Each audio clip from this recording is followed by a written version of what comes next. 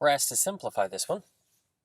And what that basically means is that we need to get rid of this I on the denominator. We can't have imaginary numbers on the denominator. All right, so we need to think about how we're going to get rid of that imaginary number on the bottom.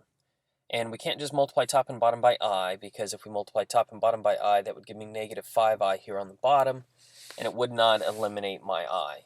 So instead, what we're going to do is multiply it by its complex conjugate. And those are big words, but what it basically means is that we're going to multiply the top and bottom by the exact same thing that's on the denominator right now, this negative 5 minus I, except for one aspect. We're going to change this middle sign right here.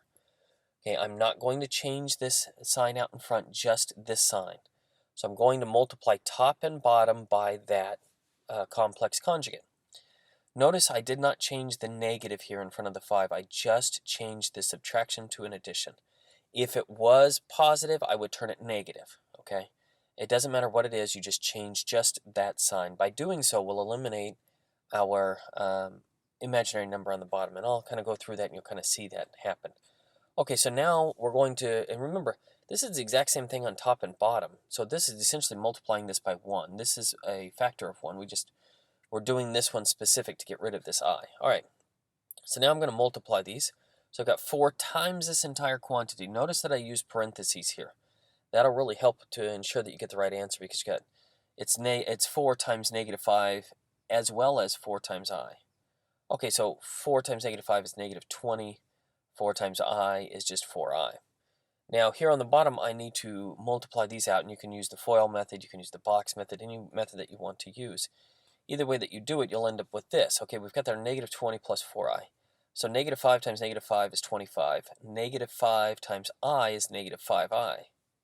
Negative I times 5 is positive 5I. Negative I times I is negative I squared.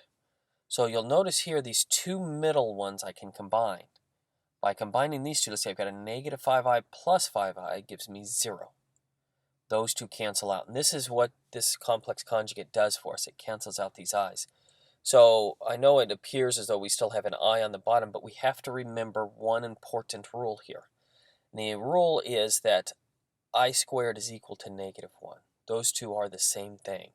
So we're going to change this now from this imaginary portion here, and we're going to change it to a number, a real number, negative 1. So now I'm just going to plug that in for I squared. So that's the same thing as 25 minus negative 1. Well, 25 minus negative 1 is 26. That's 25 plus 1, which is 26. Now we're not quite done with it at this point. We've gone really far with it, but if you'll notice here, I can reduce it further. I can take a 2 out of each one of them.